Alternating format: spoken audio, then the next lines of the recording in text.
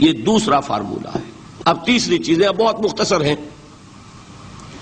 عبادت کی ایک روح بتائی حضور نے، لب لباب کہیے اس کا، وہ کیا ہے؟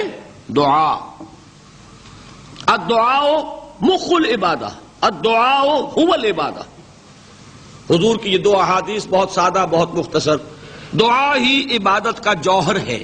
مخ کہتے ہیں ہڈی کے اندر جو گودا ہوتا ہے وہ مخ ہے۔ گودا جو ہے عبادت کا وہ کیا ہے؟ دعا۔ توحید فی الدعا کیا ہے؟ صرف اللہ کو پکارا جائے گا۔ اور شرک فی الدعا، جس کو بھی پکاریں گے آپ مدد کے لیے اس کو آپ نے معبود بنایا ہے، کسے باشد۔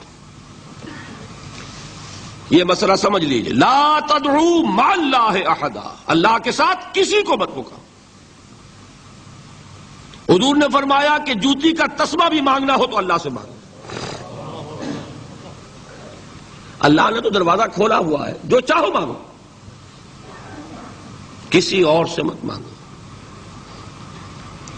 دیکھیے ایک علمی مسئلے اور ہوتے ہیں، یہ جو روحانیات کا معاملہ ہے، عالم ارواح میں کیا صورت ہے، ارواح صرف کہیں اللہ کے پاس کسی کولڈ سٹوریج میں ہے یا اس کا اس دنیا سے بھی کوئی تعلق ہے، یہ علمی مسائل ہیں۔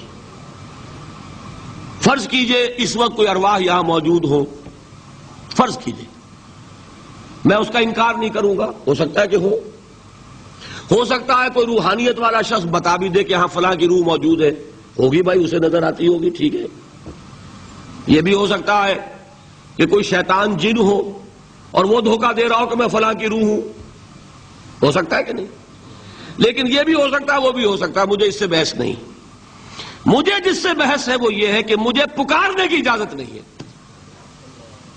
ہوا کرے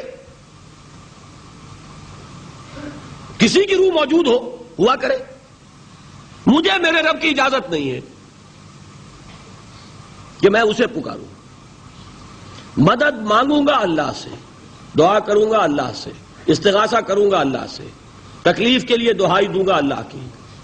اب اللہ جس سے چاہے کروا دے، کسی روح کو بھیج دے، کسی فرشتے کو بھیج دے، مجھے کیا ہے؟ مجھے آم کھانے ہیں، پیڑ نہیں گننے۔ فلاں روح نے آگے کام کر دیا، کرے بھائی، میرا کام بننا چاہیے۔ اور فرشتہ آ گیا، اس نے کام بنا دیا، کرے، مجھے کیا غرض ہے اس سے، میرا کام بننا چاہیے۔ میرا مسئلہ یہ ہے کہ مجھے پکارنا ہے صرف اللہ۔ اللہ کو اس کی بھی قدرت ہے، کسی کو نہ بھیجے، نہ کسی روح کو بھیجے، نہ ملائکہ کو بھیجے، بغیر کسی کے جو چاہے کر دے۔ اللہ کا مرضی ہے، وہ چاہے کسی روح کو بھیج دے، کسی فرشتے کو بھیج دے، مجھے اس سے غرض ہی کوئی نہیں۔ مجھے تو اپنی تکلیف کا دور ہونا مطلوب ہے، اس کے لیے میں پکاروں گا۔ سمجھ رہے؟ دیکھیے میں سادہ ترین کر رہا ہوں مسئلہ۔ عبد القادر جیلانی کی روح یہاں ہے یا نہیں، حضور کی روح انور یہاں ہے یا نہیں، یہ تو علمی مسئلہ ہو گیا نا۔ یہ فرشتے یہاں ہیں کہ نہیں، کوئی اختلاف ہے؟ میں پکار سکتا ہوں اسے کہ بھائی ذرا میرا کام کرتے رہے؟ یہ کروں گا تو شرک۔ موجود ہیں کرامن کاتبین ہے کہ نہیں؟ موجود ہونا نہ ہونا یہ مسئلہ علمی۔ جو اصل میں شرک سے متعلق مسئلہ ہے وہ یہ ہے کہ پکارنے کی اجازت نہیں۔ دیکھیے حضور کی ایک حدیث ہے، اور یہ ایک ہمارے لیے خوشخبری ہے۔ آج 8واں دن ہے، آپ اپنی نیند کی قربانی دے رہے ہیں، آ رہے ہیں، سن رہے ہیں۔ یہ حدیث بھی سن لیجئے، بشارت والی حدیث ہے۔ مجتمع قوم فی بیت من بیوت اللہ، نہیں جمع ہوتے کچھ لوگ اللہ کے گھروں میں سے کسی گھر میں۔ اس کا مصداق اول تو مسجد ہوگی، لیکن تقریباً تمام محدثین نے مانا ہے کہ صرف مسجد تک محدود نہیں ہے، سب گھر اللہ کے ہیں۔ یہ جگہ کس کی ہے؟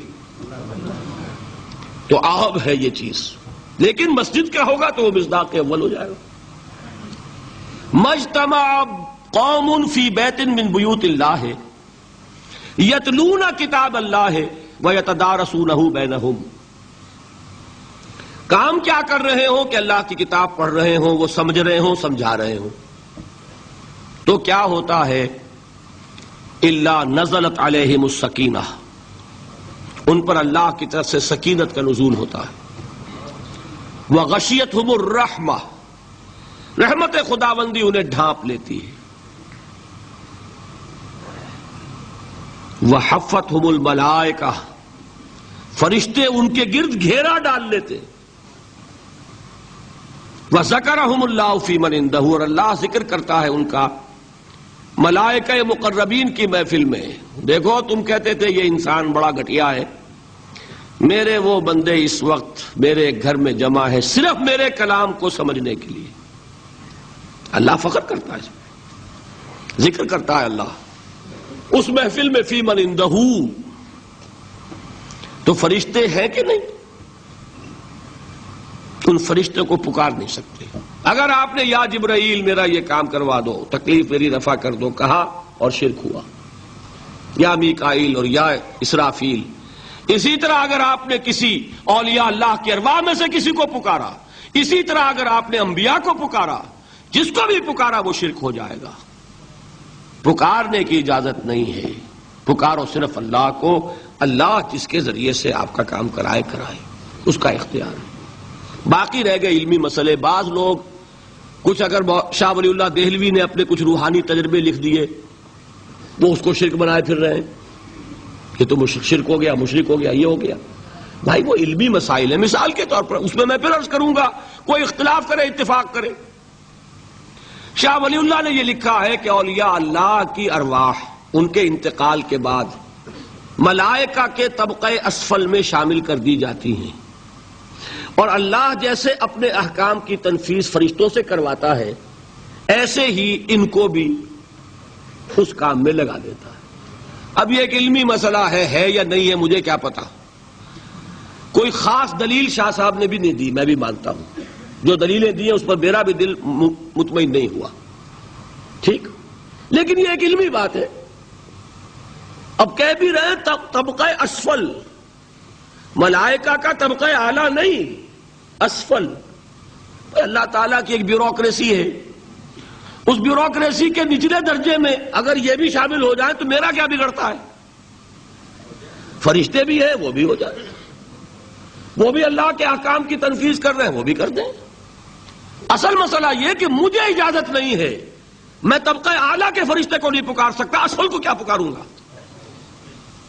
میں جبرائیل کو نہیں پکار سکتا، سید الملائکہ انہیں نہیں پکار سکتا۔